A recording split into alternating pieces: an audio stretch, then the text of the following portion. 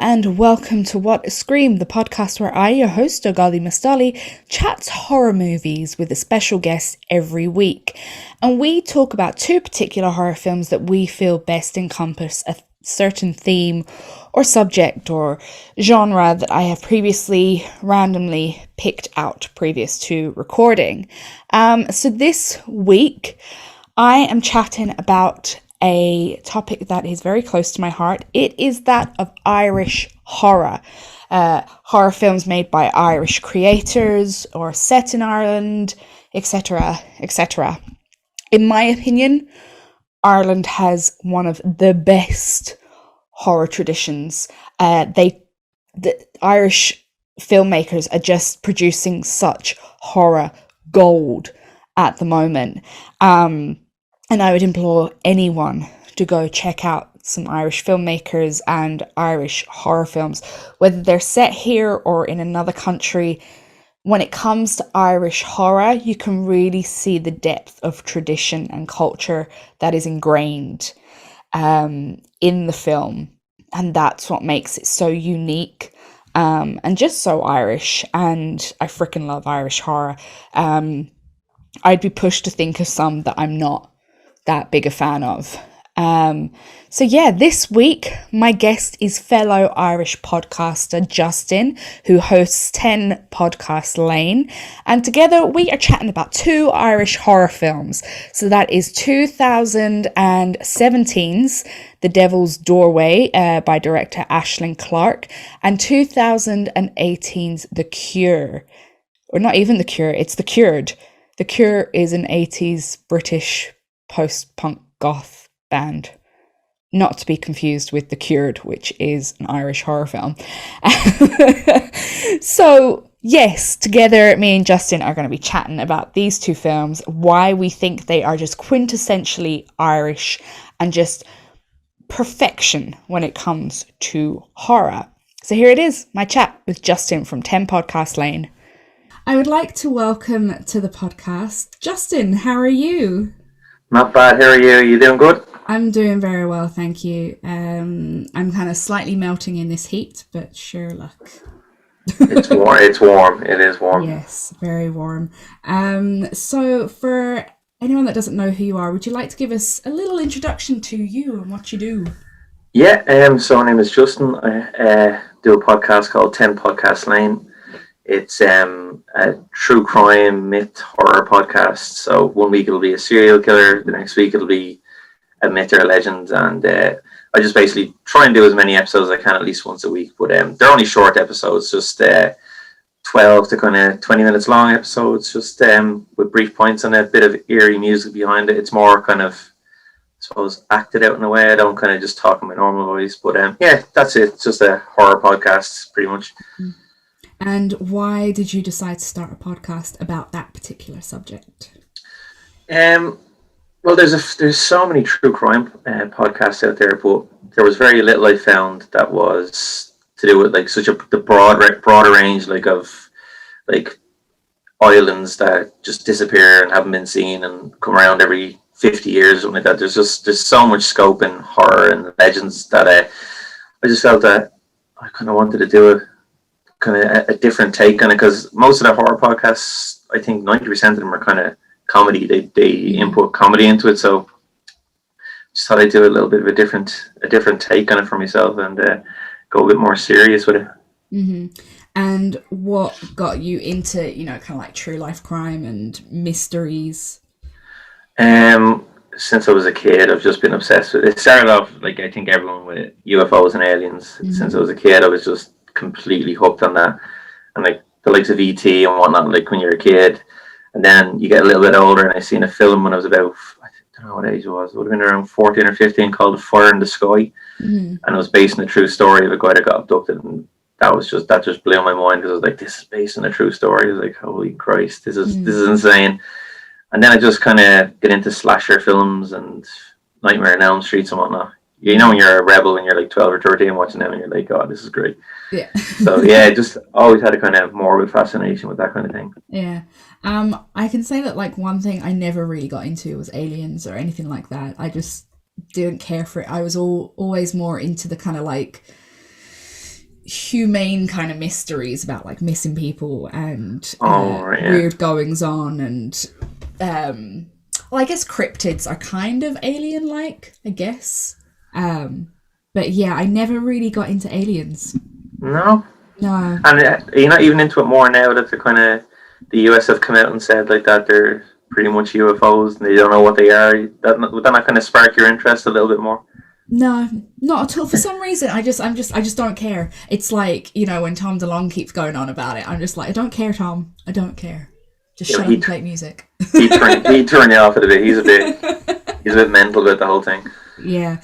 But yeah, no, aliens, I don't know. I just don't care. Until they come down and try and take us over, I don't care. You'd rather if they come out and said that vampires and werewolves really exist. Yeah, I think I'd be a lot more excited. That would be pretty awesome. So obviously you're into horror, but do you remember kind of like the first horror film you saw, or the point at which you got into horror?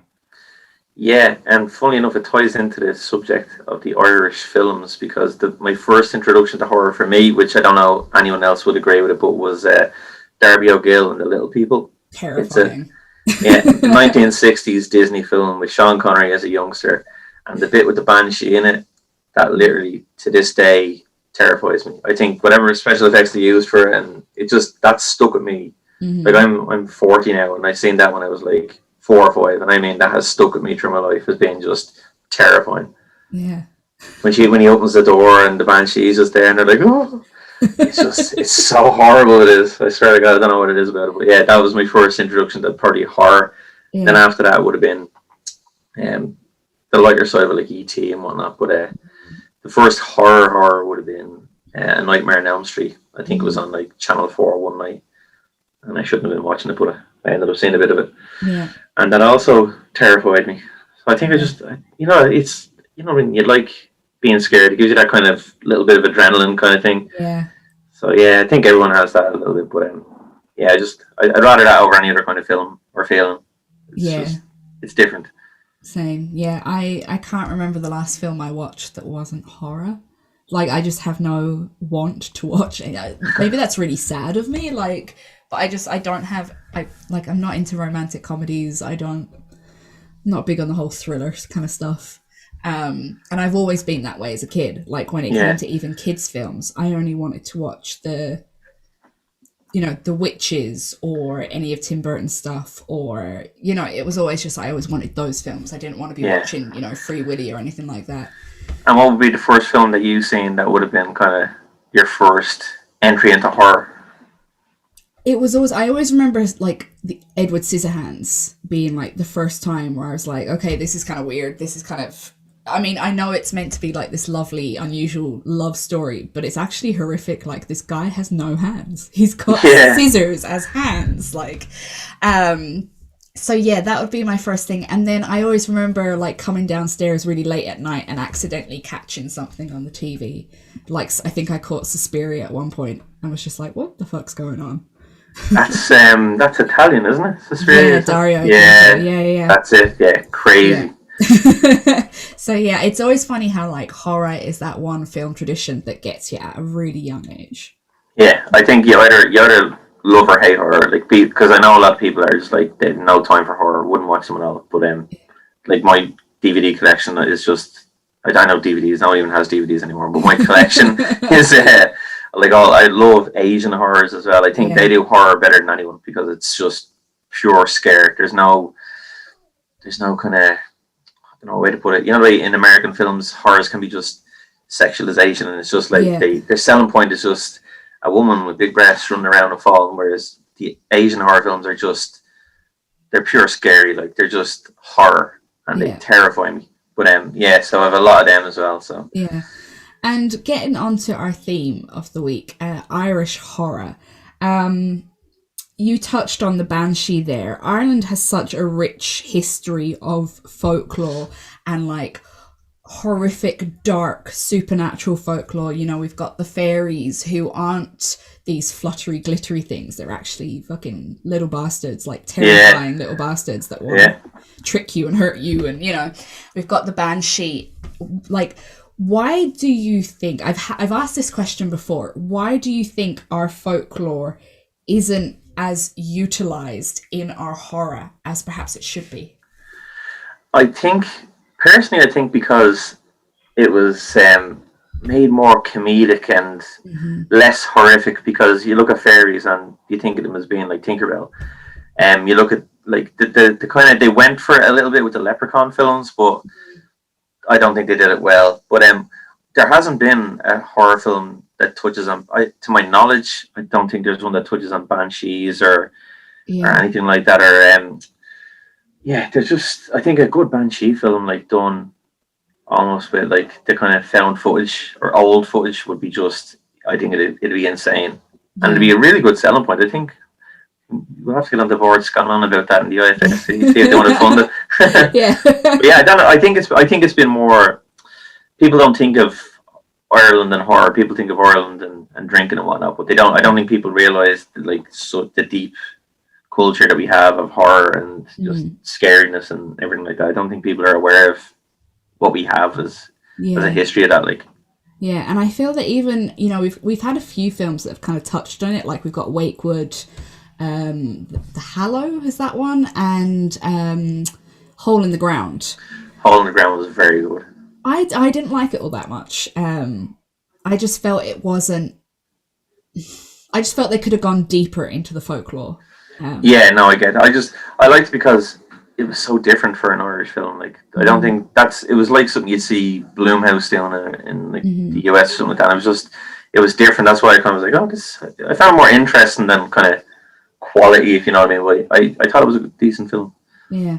One thing I've watched a lot of Irish horror, if not all of the Irish horror.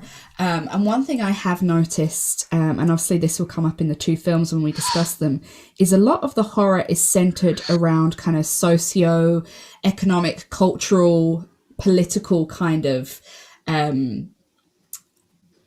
situations, especially even ones that aren't kind of explicitly set in Ireland, but they're done by an Irish director or an Irish writer, especially stuff like Citadel or A Dark Song. Why do you think a lot of our horror is so set in that kind of situation?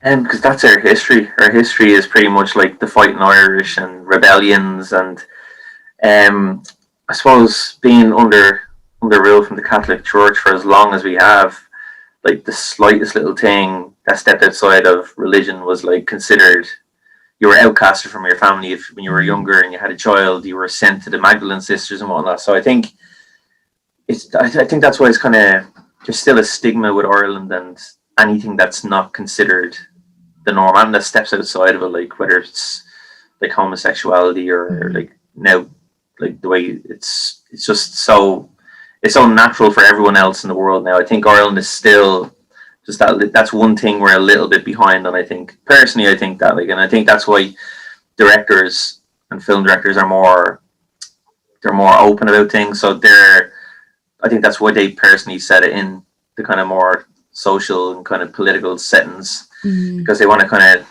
there's hidden undertones, I suppose, the way all directors have put in it and writers. So personally, I think that's why they would kind of be in that surrounding, because it's kind of what we're known for, you know what I mean? Yeah. And I guess because of Ireland's history, like especially the bad stuff, it's so recent that it still has this knock-on effect and this kind of intergenerational trauma associated to it. And I feel like that has really influenced, especially with the two movies we're going to talk about, it really has influenced Irish horror. Yeah, definitely. And like it's gone back to the 60s and whatnot. So it's like my parents' lifetime, they were growing up almost like when that was still happening. So it's, as you said, it's very recent. So directors would be that little bit older, I imagine, and they'd have lived through that as well. So it obviously stuck with them. Yeah. So let's start with the film that you chose to cover. Do you want to introduce it and give us a brief synopsis about it, please? Yeah, the film I chose was The Cured, because I literally have the biggest obsession with zombie films. So it was the best Irish-made zombie film, I think, to ever come out of Ireland, obviously, because it's Irish. But yeah, I just thought it was fantastic. I thought the acting was great. It's basically about a virus that breaks out in Europe, and Ireland is worse hit by it It's called the Maze virus, and it doesn't bring people back from the dead, but it turns them into kind of ravenous zombies. And if they bite people, they become zombies unless they kill them. And it touches, like you said, on so much. It's like there's a lot of a social impact on the film, like the way it's like I consider it probably 50% drama, 50% horror because of the way it's written. Yeah. But the way it's acted and directed is just fantastic. So I don't want to give away. I don't know how many. Like, I don't want to get too deep into it to give away spoilers. But Oh no, we do spoilers on this, so you're all good. You can do they spoilers. all die in the end. No, Yeah. no, but it's just I think the build up like it's almost like you could break the film into 3 acts, and the first act is like obviously setting the scene and the characters. The second act is like how the cured are settling into society again and how society are looking down on them. And then the third act is just when the people who are being kind of pushed down have had enough and fight back, which is what the Irish again are kind of known for as well. So I just think the film touches on horror perfectly for me, and just the drama of it and the social aspect of it is just, I thought it was phenomenal. Like, Yeah. So I had never seen this before, and then when you said The Cured, I was like, oh, I know it's a zombie film, but I don't really know too much about it. I'm zombie saturated. I went through like my whole like teen and kind of young adult life being obsessed with zombies. Like every single zombie film that was out there I watched and consumed. But now I'm just like, oh, like what else can you do with the zombie genre? And I was so pleasantly surprised that it did something different. Yeah, it's a new take on it. Like, yeah, it does follow somewhat of a formula, but it just takes this other like I'd even go so far as saying it's better than 28 Days Later. Like it's just, obviously it borrowed, I feel like it kind of borrowed its zombies from it. They weren't dead. They were people that got infected by a virus and they got kind of like the rage. But then the whole thing is, they found a cure and they're trying to reintegrate these people back into society. And it had this whole like family drama going on, this whole political drama going on, set against fucking zombies. Like, how fucking cool is that? It was just, and I remember seeing the trailers for it and that it was coming out, and I was like, oh my god! I was like, finally, because I think the only other zombie or Irish zombie film is Boy Eats Girl or something like that. I think Samantha Mumba's in it or something. Yeah. And that's god awful. Like that's terrible. Woeful, yeah. I wouldn't even class it as a zombie film, but that's the only one that I was aware of that like dealt with zombies. But just this take on it was just absolutely incredible. And I think the actors, Tom Von Lawler was so good in it, and like compared to he was in Love Hate, and he was nidgy in that, and he was a little scumbag gangster. Yeah. But in this, he's like well spoken, and he's an ex-lawyer and whatnot. And even like the way he acted it, from going from a lawyer who's running for election and a politician to being a cleaner. That's how they reintegrated him into society. There's just no trust behind them, and then that's just I thought that was fantastic, and he acted it so well. Yeah, he was so creepy. like real creepy, but it wasn't like overacted. I mean, you could imagine if this was like done in America, it would be a real overacted role. But absolutely, it's just so subtly unhinged. You could tell that even though he was putting on a face, he was slightly a loose cannon, and you knew that he was like cleverly orchestrating shit to go down. And I thought probably my favorite scene in the film is when him and Elliot Page are sitting down at the bench talking, and he's like, Elliot Page is talking to him about like what was it like, and he's going, "You're in yourself, and you're like, you know what's going on, and you're trying to fight it." And he goes, "And people, that's what people talk about, but what people don't talk about is the feeling when you just let it take over and you let go." And it kind of makes you feel like he misses it almost. Yeah. He's kind of like, I miss that feeling of just letting go and just running riot and killing and doing what I want. Yeah. That's when Abby was kind of like, okay, you're a little bit crazy. Stepping away now. Yeah, but I just thought that for me was my favorite scene, just how calmly he's talking about it, matter of fact. Yeah. But the fact that as well, the one thing that hit me was they're being treated as second class citizens, and they're being like, but they didn't choose to be infected. It's like they're being put down for something that is completely out of their control, and it's not like they're not living with it because they have full memories of what they did when they were infected, so they have to live with that. Like, you know what I mean? I I think if that was an actual occurrence, I think there'd be a bit more understanding towards them when people realize that they're living with this shit every single day, who they killed and what they killed and what they did. I just thought that was fantastic. I've never seen that taken a zombie film. Yeah, me neither. Before. I mean, obviously there was like Warm Bodies, but that was more of like a comedic kind of romantic comedy. But yeah, I just thought it was just so smart. And you know, in a lot of films, when things happen or there's a plot point, you're like, but why? But how? But this is just, you know, the whole thing is that the cured cannot be reinfected again. And so, spoiler alert, when zombies escape again, they're like, well, we're grand. Like, fuck all of you, we're grand. Like, and I just thought it was so smart. This whole film is just so clever. And I just thought it was brilliant. And I loved its kind of undertones of its commentary on society, whether you're looking at it from like an addict's kind of perspective. You know, they've battled addiction and now they've come back and they've got to reintegrate into society, but they still have a stigma attached to them. Same with like incarceration reform as well. Yeah. Or even when you think about it from Tom Vaughan Lawler's characters, it could be, you know, what happened with the economic crash and that lawyers suddenly became cleaners. Exactly, yeah. Yeah, so that's actually a really good point, yeah. Yeah. That's awesome.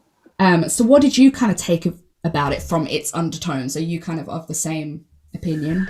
Definitely. I think, weirdly enough, I think the way everything has gone, the way where we are now with COVID especially, I think the film could have been wrote after all this. Yeah. Because, like, I'm not going to get too much into it because, like, personally, I try not to give a shit about it. Like, everyone's belief is their own and what everyone says is their own. But I think it's very poignant today with, like, are you vaccinated? Are you not vaccinated? Like, you know what I mean? I just think it could have been made last week and people would be like, oh my God, that's like COVID. But for the time it was made, I just think it really, you could, like, you said it perfectly there. You could attribute it to anything. Like, you could attribute it to, like, people coming out of the closet being homosexual and having to deal with the stigmas that they may face with that, and telling families and whatnot. And or as you said, like, it could be someone that was well-to-do, Celtic Tiger crashed, and then they have to kind of swallow their pride and become a cleaner and take up 2 jobs and do other things. That's what I took up from it, is like kind of 2-tier societies and people being, a certain amount of people being undermined for no reason because it's something that they can't help, but they're still being persecuted for it. Yeah. That's what I took out of it anyway. Yeah. And then what happens when those people are trodden on for long enough? They will eventually rise up and they will eventually, you know, there will be somewhat of a civil unrest. Yeah. And yeah, I love this film. Yeah, it's definitely one of my favorite Irish films, like, period. Not even just Irish horrors, like Irish films. I just think it's fantastic. And I think Elliot Page did a great job as well. It wasn't overacted as an American. Like, he did really, really good, and it was subtle. Yeah. Nothing overacting. And when there needed to be that little extra bit of acting, when, spoiler alert, when she finds out in the film that Shannon killed her brother, that was just like, that was crazy. Like, that was perfectly acted. So I just think everything from the direction to the acting was just fantastic, and the writing especially was just amazing. Yeah, I mean, there was one point as well that, like, I don't really have, it makes me sound like such a cold-hearted bitch. I don't have much of a reaction to things a lot, like, but there's where the little boy gets bitten. I was like, I don't know whether it's because, like, my son, you know, is this kind of around the same age-ish, but just, oh my God. And then Elliot Page's character is Abby. Yeah, Abby. They pull out the gun, like, they're, you know, they know what they have to do. And I was just like, oh my God, like, tears came. And that's really rare for me.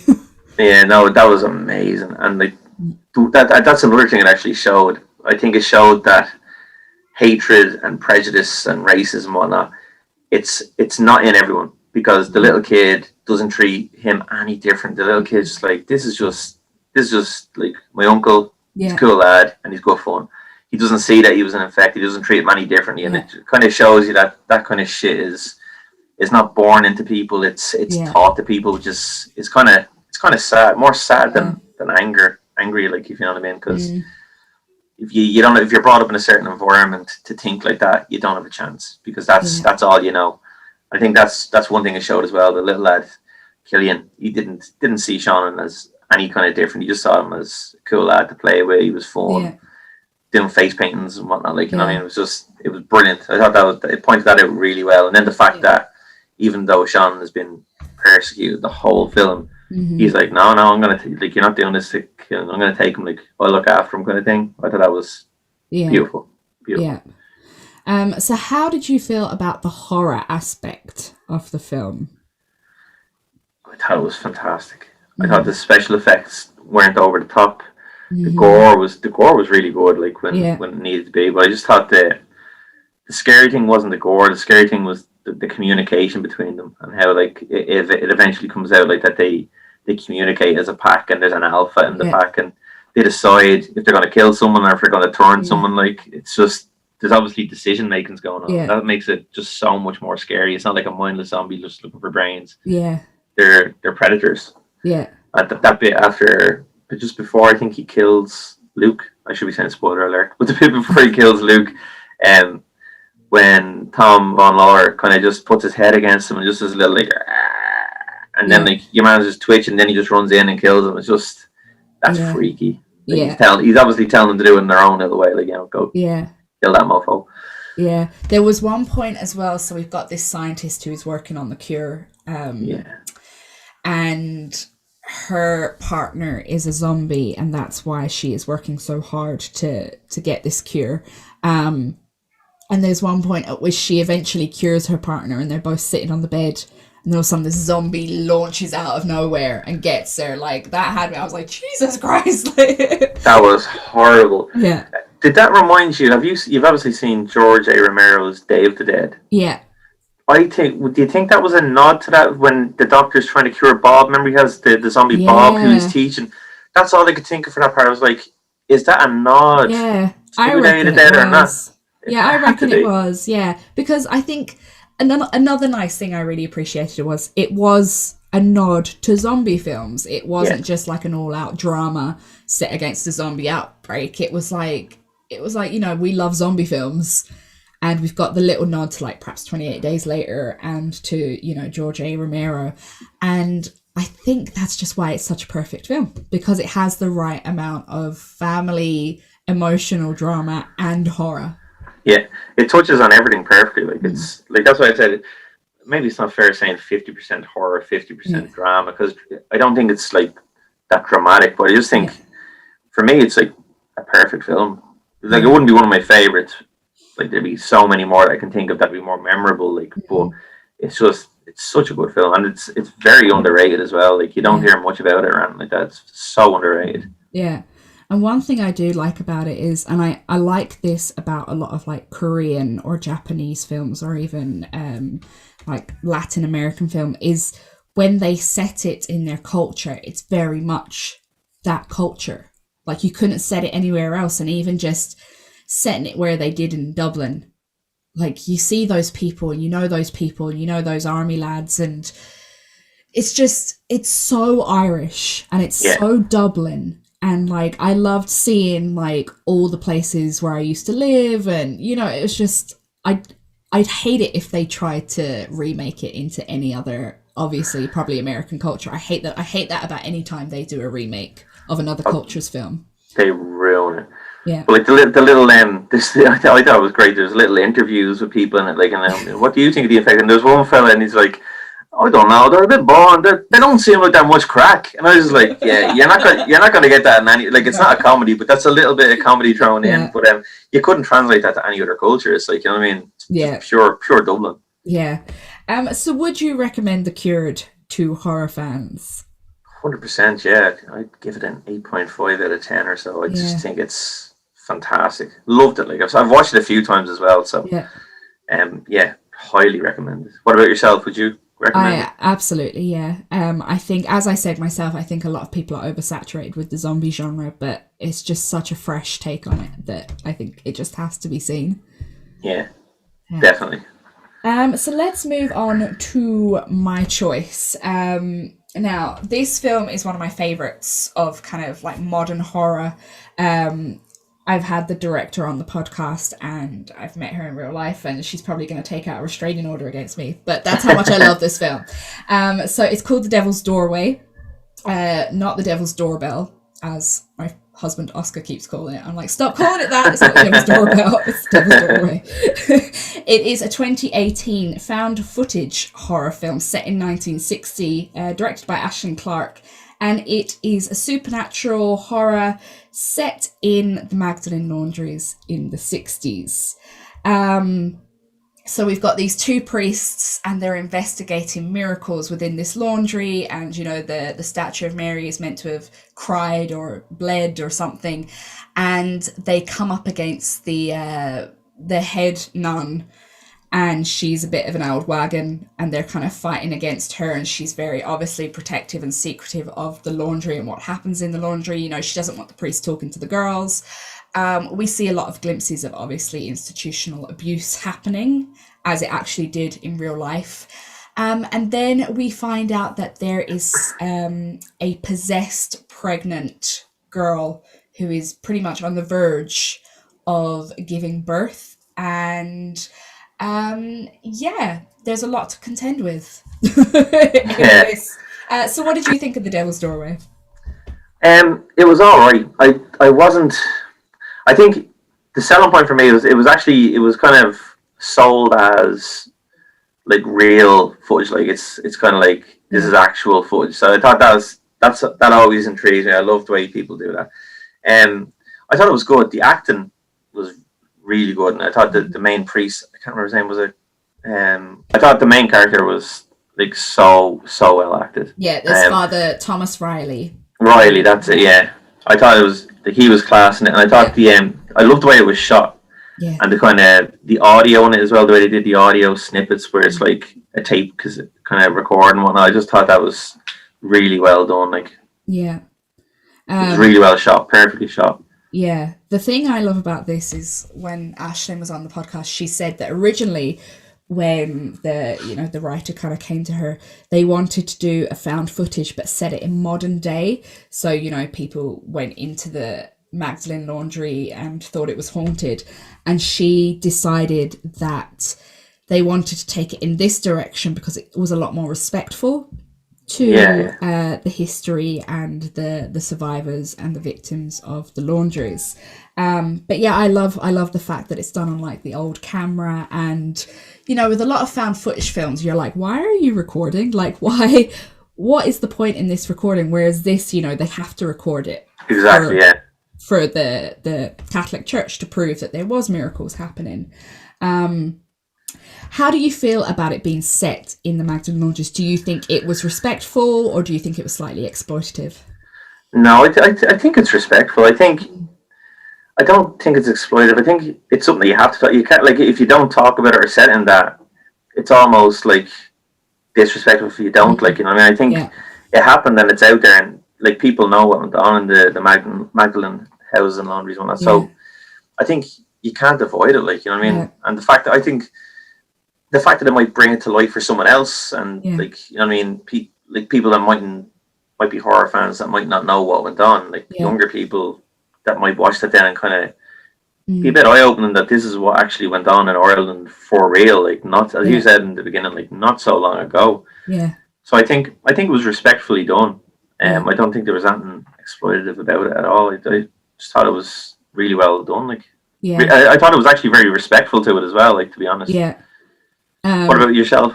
I think it was very respectful. I think if they'd gone the other route, it would have been very kind of exploitative, a bit kind of. But I think with this, as you said, it brings a whole new audience, kind of gaining knowledge about a part of Irish history that up until very recently was covered up. Was nobody know? Even now, like, you know, who was I chatting to? Someone, like an English journalist I was chatting to, and I was like, oh yeah, sure, you should watch like The Devil's Doorway because, you know, it talks about a really dark era of Irish history that nobody really knows about. And she was like, oh, what's that? And I was like, the Magdalene laundry is here, you know, watch the film, read up about it. And she was horrified. She was like, I had no clue like this ever happened.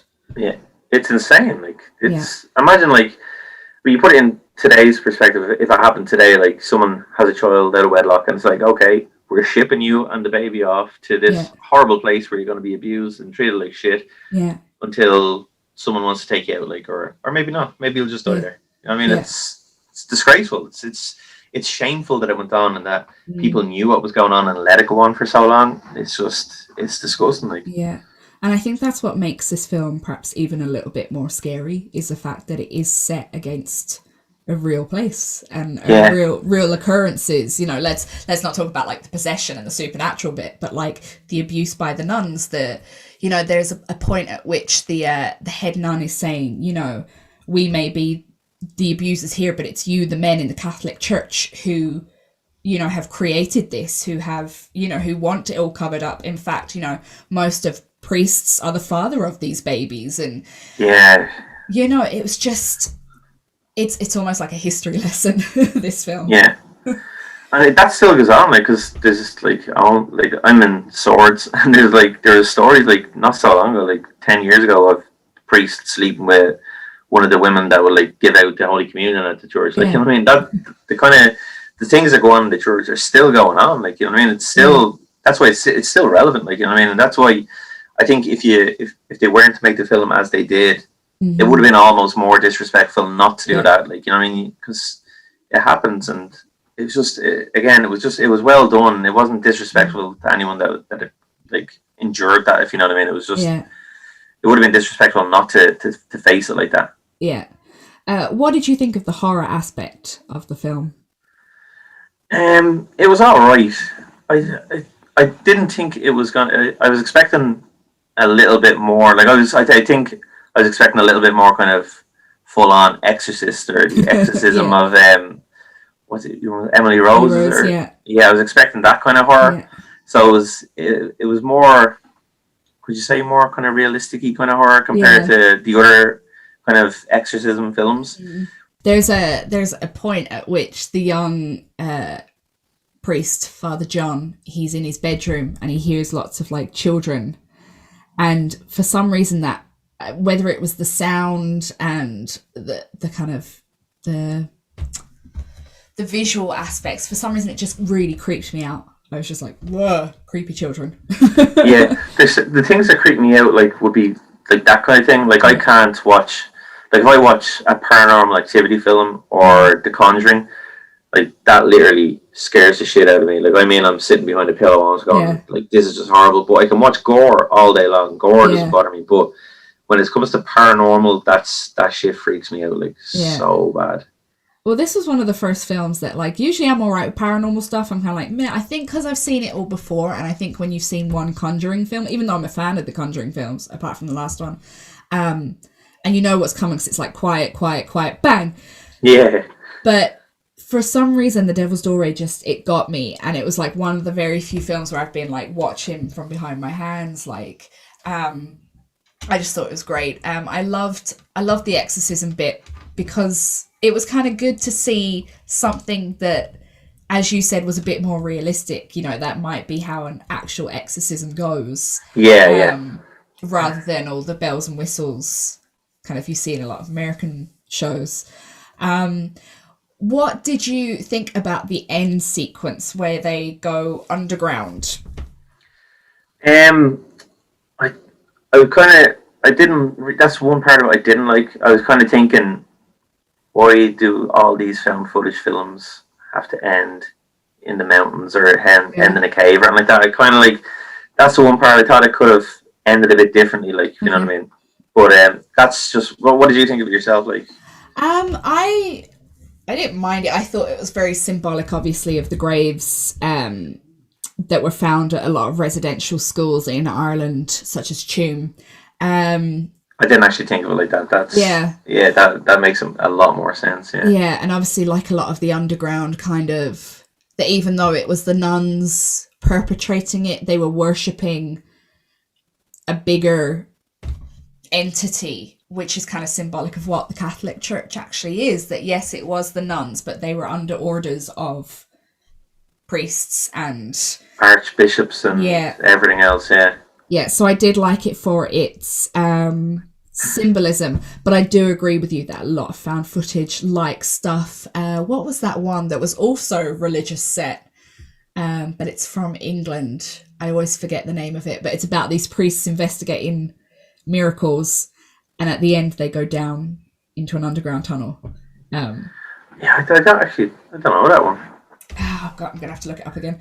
But yeah, I do agree. They all seem to end up underground. What was the other one? The As Above, So Below. Have you seen that? Oh yeah, that's a brilliant. I really enjoy that one because I've been in the Paris catacombs. Have you? Yeah. And how shit your pants scary is it for real? It's actually not that bad. Like, I thought it'd be really spooky, but it's not. It's just like, I mean, there's a way, like in the film, there's, you know, the way that all the tourists go. And then obviously there's other kind of walkways that you can't go to. So I think it would be freakier if you went off that path. Yeah. But yeah, it's not, it's more kind of like solemn. It's kind of weird and solemn, but they do things like they put, you know, they make hearts out of the bones. You know, they've got all these skulls in the shape of a heart, and it's kind of weird. Yeah, that's creepy. You know, that just came to mind because that kind of went from the catacombs into like it seemed like underground caves and all that as well. Like that's another kind of found footage one as well. Yeah. So that's just what kind of sprung to mind. Yeah, the British one's called The Borderlands. Borderlands, I haven't seen it. I'll have to definitely check it out. It's quite good. But again, it's found footage and they go underground. And it is worth it, is it? I think it is, yeah. Just have a kind of a look at it. I wouldn't be the biggest fan of British folk horror, but I think this new kind of wave of British folk horror that's come about, and that's kind of part of it, I think is quite interesting. Like, I really enjoy Ben Wheatley. His stuff, I think, is really, really good. Yeah. So, yeah. So, would you recommend The Devil's Doorway? I would. I think it's very good. It's again, as an Irish film, and the way it tackles it as it does, and the kind of I enjoyed it. Like it didn't. If I was to mark it out of 10, it'd probably be like a 6.5. Mm-hmm. I thought it was well done. I enjoyed it, but the camera work was literally fantastic. Yeah. It was so well shot. Yeah. I'd go probably slightly higher than you. I'd go about a 9 because it's just one of my favourite kind of modern horrors. So out of the two of them, if you had to pick one to recommend, say if someone's like, look, I want to see a film that is definitively Irish horror, which one would you choose? Even going against what I said, I'd have to go with The Devil's Doorway probably, because, like you said, zombie films are just so saturated and overdone, and even though there is a little twist in it, it's still sold as a zombie film. So The Devil's Doorway is kind of more authentic horror. So for that reason, I'd probably say that I'd probably have to go with that. If I was recommending like pure Irish horror, The Devil's Doorway, I'd have to go with. Yeah.